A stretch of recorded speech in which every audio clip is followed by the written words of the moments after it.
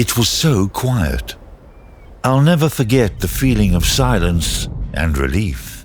And I had been through a tremendous experience. And I was still alive. And I was grateful.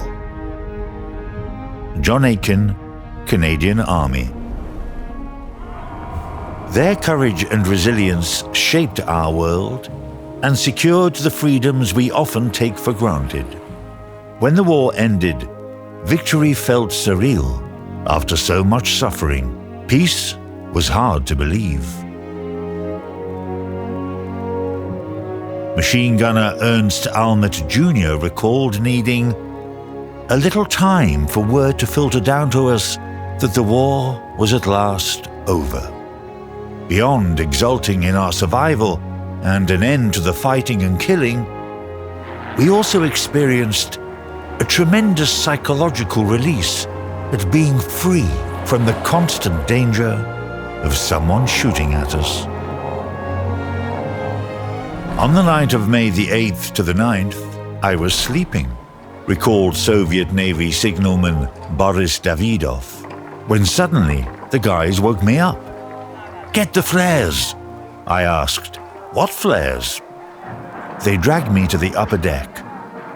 Several warships were stationed in the port, and all of them were firing, launching flares into the sky. One of our gunners was so excited that he fired his Oerlikon into the air. Luckily, a Lancaster bomber which was passing overhead at that moment managed to swerve. "Comrades, hooray!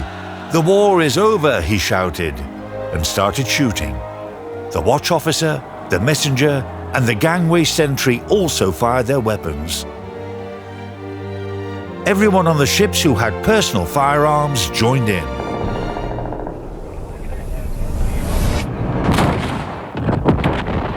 Today is Victory in Europe Day. Поздравляю вас с победоносным The flags of завершением. freedom fly all over Europe. As news spread, relief and triumph swept across nations, sparking jubilant celebrations worldwide. The end of the war in Europe was more than victory. It was the dawn of a new era, a future forged through sacrifice and resilience.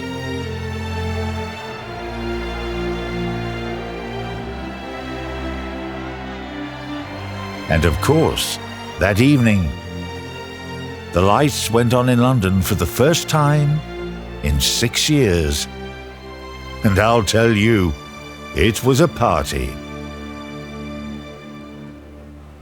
There was a bar right across the street from us, and when we got back to our quarters, somebody had moved the piano from the bar room out onto the street. It was just a tremendous mass of people, just walking and yelling and kissing and hugging and shaking hands. Streets once shadowed by war now overflowed with cheering crowds, waving flags and music, as people embraced the long-awaited promise of peace. On May 8, 1945, World War II in Europe came to an end. This was the beginning of a hard-fought, reclaimed future.